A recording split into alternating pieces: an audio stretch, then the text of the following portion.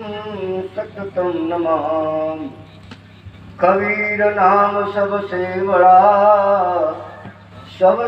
बड़ा विचार। यथा नाम गुण तथा है जाने जाननहार। धर्म बंधु, परम पूज्य गुरु साहब के चरणों में कोट कोट बंदगी। अखिल विश्व ब्रह्मांड नायक सनायक अर्चनी वंदनी पूजनी बंदी छोड़ सदगुरु कबीर साहब के चरणों में कोट कोट बंदगी। परम पूज्य यहाँ के महंत साहब के चरणों में कोट कोट बंदगी। उपस्थित सभी संत महात्माओं के चरणों में कोट कोट बंदगी। और उपस्थित हमारे सभी देवी एवं देवताओं को साहे बंदगी, साहे बंदगी। अभी आप सब हमारे संतों के विचार को सुन रहे थे। बड़ा दुख होता है। 20 साल से मैं आ रहा हूँ। कांटी में मैं 4-4 घंटा बोलता हूँ। हंसमणि साहब जब सब सोते थे तो हमारा नंबर लगता था। यहाँ भाई है कुछ। और दुख इस बात का होता है कि आज एकता की बात हो रही है, अच्छी बात है। एकता कहाँ रह गई? हमारे आपस में भी एकता कहाँ रह गई? बस समझ रहे हैं, बस पर्दे पे समझिए। और मैं कहता हूँ धर्म बंधु, कुछ जानिए। आप देखे होंगे अथवा करते हैं, 3 बार बंदगी करते हैं ना आप लोग। 3 बार बंदगी का मतलब जानते हैं? और मैं पूछ दूं तो शायद नहीं जानते। जान लीजिए, इसी कड़ी में अगर मेरे बाकी को आप लोग आत्मसात कर लेंगे तो फिर कुछ जानने के लिए बाकी नहीं रहेगा। मैं जब पहली बार बंदगी करता हूँ गुरु के शरण में, निवेदन करता हूँ, गुरु जी मैं आपके चरण की सौगंध खा के प्रतिज्ञा करता हूँ अथवा करती हूँ कि मैं अपने वाणी से 3 पाप नहीं करूँगा। 3 पाप नहीं करूँगा। पहला झूठ बोलना, दूसरा गाली देना, तीसरा निंदा करना। ये तीनों पाप है, वाणी से होता है। अगर इस हम तीनों पाप को छोड़ दें तो आनंद आएगा कि नहीं? मनन करिए। मैं कैसे कल्याण होगा, मैं इशारा बता रहा हूँ। कल्याण होगा कि नहीं? झूठ नहीं बोलेंगे, किसी को गाली नहीं देंगे और निंदा नहीं करेंगे तो बताइए हमारा आनंद आएगा कि नहीं? जीवन में नहीं आएगा। ये 3 पाप है, वाणी से होता है, इसे छोड़ दो। दूसरा, सदगुरु मैं आपके चरणों की सौगंध खा के प्रतिज्ञा करता हूँ अथवा करती हूँ कि मैं अपने शरीर से 3 पाप नहीं करूँगा। और ये शरीर से 3 पाप क्या होता है? चोरी करना, हत्या करना और व्यभिचार करना। ये तीनों पाप है, तीनों शरीर से होता है। होता है कि नहीं? नहीं होता है। ये तो देखा जाता है और सुना जाता है। ये छपा हुआ। तीसरी बार जब मैं बंदगी करता हूँ, प्रतिज्ञा करता हूँ कि गुरुजी मैं आपके चरणों की सौगंध खा करके ये प्रतिज्ञा करता हूँ कि अपने मन से 4 पाप नहीं करूँगा। और ये मन से 4 पाप क्या होता है? राग द्वेष, कलह कल्पना, मद मत्सर, ईर्ष्या अहंकार। धर्म बंधु मैं निवेदन कर रहा हूँ, इसी 10 पाप को छोड़ दो, फिर किसी की आवश्यकता नहीं पड़ेगी, शांति मिल जाएगी। ये मन कुछ नहीं कर पाएगा। केवल ये 10 को छोड़ दो। 10 पाप हम सबसे होता है कि नहीं? मनन कर। और जहाँ तक बंधन की बात है, विचार करें। बंधन 3 प्रकार का होता है।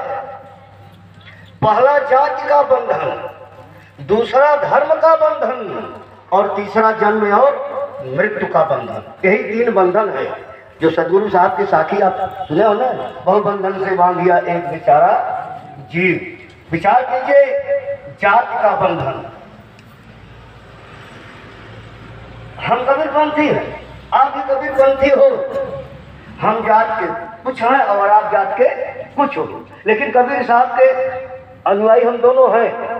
जरा विचार कीजिए, क्या कबीर पंथ में कोई जात जो मान रहे हैं, क्या एक शादी करेंगे? करेगा? कोई महतो है, कोई बनकर है, कोई क्या है, कोई पटेल है, कोई यादव है और कबीरपंथी है, कोई हरिजन है, तो क्या शादी होगी? होगी? फिर कहेगा कबीरपंथी। ये जाति का बंधन है, ये जाति का बंधन है जो हमको एक होने नहीं दे रहा है कि नहीं? जबकि जाति जानवरों में होती है, जाति पक्षियों में होती है। कुत्ता कुत्ता के पास जाएगा, भैंस भैंस के, गाय गाय के, घोड़ा घोड़ा के, गधा गधा के, उनमें जाति है। लेकिन हम मानव में जाति बना रहे हैं, ये सबसे बड़ा बंधन है। विचार कीजिए, किसी जाति की लड़की, किसी जाति का लड़का अगर संबंध बन गया, लेके भाग गए, तो सरकार शादी करा देती है। करा देती है कि नहीं? कराती है कि नहीं? कोई कुछ बिगाड़ सकता है? नहीं बिगाड़ सकता है। और मैं बता दूं, विचार करिए, तमाम उदाहरण हैं। मैं उधर जाना नहीं चाहता हूं कि कुछ समय नहीं है। हम 4-4, 5 घंटा बोलने वाले आदमी, और आधे घंटा 10 मिनट में हम क्या समझा देंगे आपको? मैं तो वो बरसात करूंगा कि अगर एक बात भी समझ में आ जाए तो कुछ लग जाएगा। विचार कीजिए, माननीय देश की प्रधानमंत्री रही इंदिरा गांधी जी, फिरोज गांधी से शादी कर ली, कुछ बिगड़ गया था? देश बर्बाद हो गया था? विचार तो कीजिए। लालकृष्ण आडवाणी की लड़की सलीम मोहम्मद पथेरा से शादी किया, कुछ बिगड़ गया था? हमारे उत्तर प्रदेश के मुख्यमंत्री भूतपूर्व, अब तो चले गए, स्वर्गीय मुलायम सिंह यादव जी रहे, नाम सुने होंगे। उनके शादी यादव रहे, उनकी औरत तेली रही, उनके लड़के अखिलेश वो भी मुख्यमंत्री रहे अगले बार, योगी जी के पहले। उनकी धर्मपत्नी ठाकुर है, ठाकुराइन है, ये यादव है। क्या हम ऐसे, जब तो वो किसी पंथ के नहीं है, वो किसी पंथ के है, हम क्या कर सकते हैं? हम कर सकते हैं? तो जात तो हम बांध के रखें, यही बंधन है। बस समझ में आ रही? क्या ये टूट सकती है? क्या आप तोड़ोगे? फिर काहे को कबीर कबीर कबीर चिल्ला रहे? हम बांध के बैठे हैं। विचार कीजिए, पहला बंधन है। दूसरा धर्म का बंधन है। आप कपड़ा सफेद पहन लीजिए, पगड़ी बांध लीजिए, रास्ते से जाइए, लोग कहेंगे कि कबीरपंथी जा रहा है। कई मतलब भेष से हम कबीरपंथी हैं। लाल पहन लीजिए, लाल टीका लगा लीजिए, तो फिर हम कबीरपंथी नहीं है? नहीं। कहीं पूरा फट है, यहाँ से यहाँ पेंट कर लीजिए, तो फिर हम दूसरे हो गए। पकड़ा चल, पकड़ा चल गया। विचार करिए, मूंछ बनवा लीजिए, दाढ़ी बढ़ा लीजिए, लुंगी लगा लीजिए, कुर्ता वगैरह चाहे पैजामा जो भी कुछ पैंट शर्ट पहन लीजिए, फिर हमारा धर्म बदल गया। बदल गया कि नहीं? पर्दे समझिए, नहीं बदला? बदल गया। कोई हिंदू हो अगर मूंछ बनवा ले, दाढ़ी रखा ले, तो उसको मुसलमान कहेंगे। देखने वाले क्या कहेंगे? ये मुसलमान है। कोई मुसलमान हो, मूंछ रखा ले गुर्रे पर, दाढ़ी वगैरह बनवा ली, चुंडी रखा ले, लोग कहेगा हिंदू है। विचार करिए, धर्म का झगड़ा है। मंदिर में कोई मुसलमान रामायण पढ़ सकता है, नमाज पढ़ सकता है। कोई हिंदू मुसलमान के मस्जिद में हनुमान चालीसा पढ़ सकता है। धर्म का झगड़ा। और धर्म की परिभाषा क्या है? हमारे सदगुरु कबीर साहब ने बताए कि जहाँ दया वहाँ धर्म है। कहाँ हम धर्म के झगड़े में पड़े हैं? और सदगुरु कबीर साहब ने धर्म की परिभाषा बताया कि जहाँ दया वहाँ धर्म है, जहाँ लोभ वहाँ पाप, जहाँ क्रोध वहाँ काल है, जहाँ क्षमा वहाँ आप। हम कहाँ धर्म की ढिढोरा पीट रहे हैं? सदगुरु कबीर साहब नहीं, हमारे जितने अनुयायी संत हुए सतगुरु कबीर साहब ने कहा सब घट मेरा साइया। हम आगे नहीं जाए। सतगुरु गरीब साहब ने कहा गरीब पुरुष कबीर ने देह धरा नहीं कोई, शब्द स्वरूपी रूप है घट घट बोले सो। उन्होंने घट बताया। हमारे सदगुरु मदन साहब ने कहा शब्द स्वरूपी ज्ञान में दया सिंधु मत धीर, मदन सकल घट पूर्ण है करता सत्य। घट में बताया और हम खोज पा रहे हैं मठ में है, कहा घट में, और खोजते कहा है मठ में। कहाँ मिलेगा, कैसे मिलेगा? और हम बदनाम होते हैं। विचार तो करो, हमारे संतों ने कहाँ बताया, क्या कहा, और हम कर क्या रहे हैं, हम कर क्या रहे हैं। इसलिए धर्म बंधो, मैं बहुत जल्दी जल्दी थोड़ी थोड़ी बात बताऊंगा। काम करे शैतान का, पद चाहे सम्मान, चोट लगी है पैर में, सिर का करे निदान। अनाचार, अत्याचार, दुराचार, पापाचार, व्यभिचार, आप खराब काम करते हो और सोचो कि समाज में मेरा सम्मान मिले। संभव है? संभव है? उसी तरह से संभव नहीं है जैसे चोट पैर में लगी है, मगर हम 25 पर पैर का चोट ठीक हो जाएगा था, क्या कहा? अपयस में दुर्गंध है, आप बागवानी में गए और फूल तोड़ा,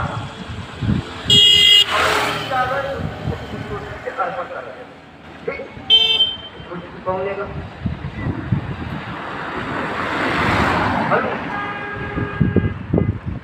गुलाब का कौन जी को देंगे, बागवानी से फूल तोड़ा कौन जी को देंगे, कौन लेगा? मालूम है उसको किसको मिलेगा? अरे उसको बताऊँ महाराज, गुरु जी को अगर मैं कहता तो फूल तोड़ता खराब कर देगा। फूल को आपने तोड़ा, फूल को आपने तोड़ा, सब गुरु जी को किया। जब आपने तोड़ा तो फूल से आपने फूल को मैंने तोड़ा, उसको तो मुझे मिली, गुरु जी को तो बाहर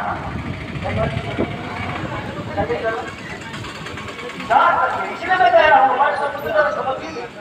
अपयस में दुर्गंध है, अगर वह खुशबू मुझे अच्छी लगती है तो दूसरों को भी अच्छी लगेगी, लगेगी। अगर उसमें दुर्गंध आ रही है और मुझे खराब लग रहा है तो गुरु जी को भी खराब लगेगी, दूसरों को भी खराब लगेगी। तो जो बात मुझे अच्छी लगती है धर्म बंधु, अगर गाली मुझे अच्छी लगती है तो दूसरों को भी अच्छी लगेगी, अगर गाली मुझे खराब लगती है तो दूसरों को भी खराब लगेगी। लगेगी नहीं? मैंने तो फूल का इशारा बताया, इसलिए कह रहा था कि अपयस में दुर्गंध है, बहुविधि दारुण हो, जैसे मल के पास में बैठ सके ना कोई। विचार कीजिए, बड़ी नीमन आई हुई, नीकी पर फीकी लगे, बात अच्छी है खराब, अच्छा अच्छी बात अच्छी रहेगी खराब हो जाएगी, अच्छी रहेगी खराब नहीं होगी, और मैं कह रहा हूँ खराब हो जाएगी। कैसे? प्रमाण बता रहा हूँ। नीकी पर फीकी लगे विनयोसर की बात, जैसे युद्ध मैदान में रस श्रृंगार ना सुहात। नारी श्रृंगार करती है पति को आकर्षित करने के लिए, और नारी का श्रृंगार अच्छा है पति के लिए, है ना? सही है ना? और वही नारी श्रृंगार किया है, अच्छी लग रही है, और पति युद्ध के मैदान में है, नारी श्रृंगार करके पहुंच जाता, अच्छा लगेगा? बोला श्रृंगार तो अभी अच्छा है, लेकिन पति युद्ध के मैदान में है तो श्रृंगार अच्छा लगेगा? नहीं लगेगा। नीक है खराब हो जाएगा, खराब लगेगा कि नहीं? दूसरी लाइन मिली कि फीकी है नीकी लगे, एक तो अच्छी है खराब हो जाएगी, और दूसरा खराब है अच्छी लगेगी। अब ये कैसे? फीकी है नीकी लगे, बोले समय विचार, तन पुलकित मन उमंग हो, सुन विवाह की गारी। शादी में गए हो, दूल्हा राजा दही गुड़ कर रहा है, और घर की नारी दुल्हा का बहिन, दुल्हा का माई, दुल्हा का फुआ, दुल्हा का मौसी हमारे भैया के संगे मुस्कियात रहनी है, गाली गाती है कि नहीं? किसी को खराब लगता है? बल्कि पैसा देना पड़ता है, गाली गा के, गाली सुन के पैसा देना पड़ता है कि नहीं? खराब है लेकिन वहाँ अच्छी लगेगी कि नहीं? यहाँ नहीं गाली होती है का? होती है ना? विचार कर लीजिए। इसलिए संदेश है, समझने की कोशिश करिए। इशारा है,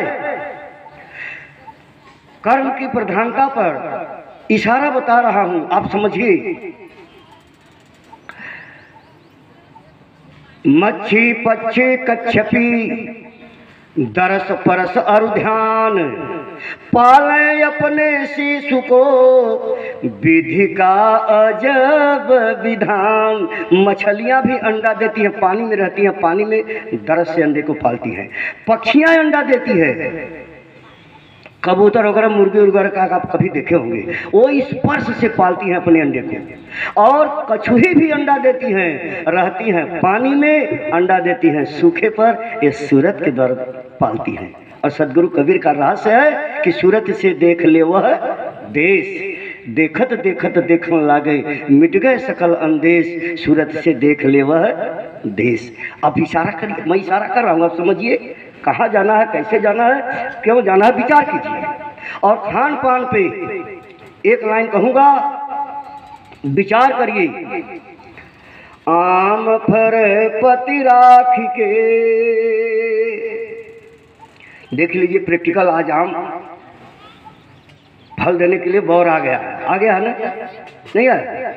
कहीं कहीं तो टिकोरा भी बिक रहा है पहले का। भाई विचार कीजिए, एक गिलास आम का रस पिएंगे अथवा 2 गिलास 4 गिलास, तो आप किसी को गाली बकेगी? नाली में गिर जाएंगे? गिरेगी? क्यों नहीं गिरेगी? कारण बता रहा हूँ। आम फर है पति राख के, हो गया, अर्थ हो गया, समझ में आया? नहीं आया? समझ लीजिए। आम फर है पति राख के, पति माने होता है मर्यादा, पति माने होती है इज्जत, पति माने होता है आबरू। आम फला है, अपनी पत्तियों को नहीं गिराया है, पुरानी पत्तियों में बौराया है। देख लो, देख लिए, मैं प्रैक्टिकल कर रहा हूँ। बौर आ रहा है, आम में पत्ती गिरी है? नहीं गिरी है। उसी पत्तियों में बौर आया, वही बौर में टिकोरा होता है, टिकोरा बड़ा होता है तो आम होता है, वही पक जाता है तो रसदार होता है। 1 गिलास चाहे 8 गिलास पियो, भर पेट पी लीजिए, आपका इज्जत बचाएगा, क्योंकि वो इज्जत बचा के फल दिया है। दूसरी लाइन बड़ी नीमन मिली, महुआ चुए पतिझार। महुआ का पेड़ देखे हैं? वो अपनी मर्यादा को गिरा देता है, एकदम पेड़ देखने में लगता है कि सूखा हो गया। सही है? महुआ चुए पतिझार, जो न राखे आपन पति, वह क्या राखे तुम्हार। महुआ अपनी मर्यादा को बिगाड़ दिया, महुआ का रस लोगे तो तुम्हें भी नंगा कर देगा जैसे अपने नंगा है कि नहीं? प्रैक्टिकल देख लीजिए।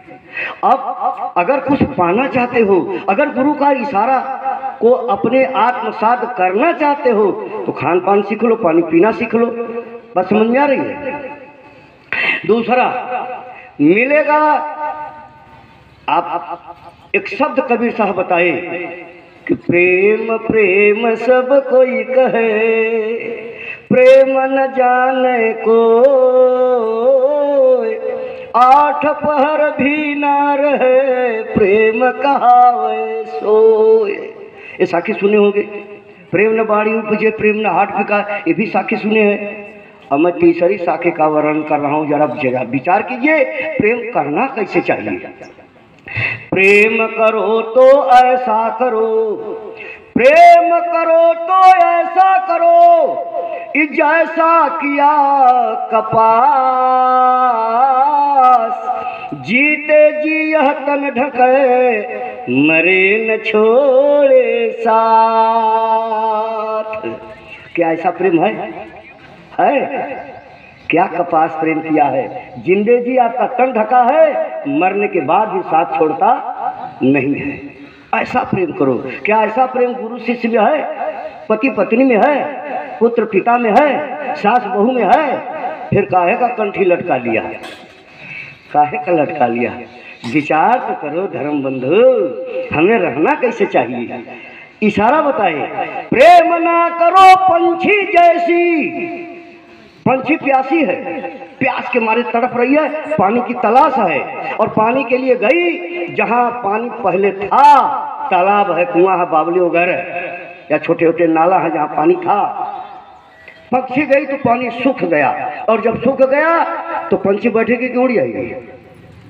उड़ जाएगी, उड़ जाएगी बाबू। इशारा है, तो प्रेम ना करो पंछी जैसा, जल सूखे उड़ जाए,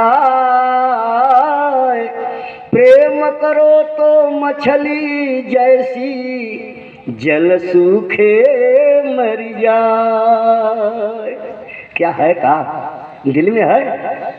नहीं है, फिर काहे का एकता? विचार कीजिए, झाड़ू सबके घर में है, साफ करने वाला, जिसे कूचा भी कहते हैं, झाड़ू कहते हैं, क्या क्या नाम है उसका, बढ़नी भी कहते हैं कुछ लोग, है ना?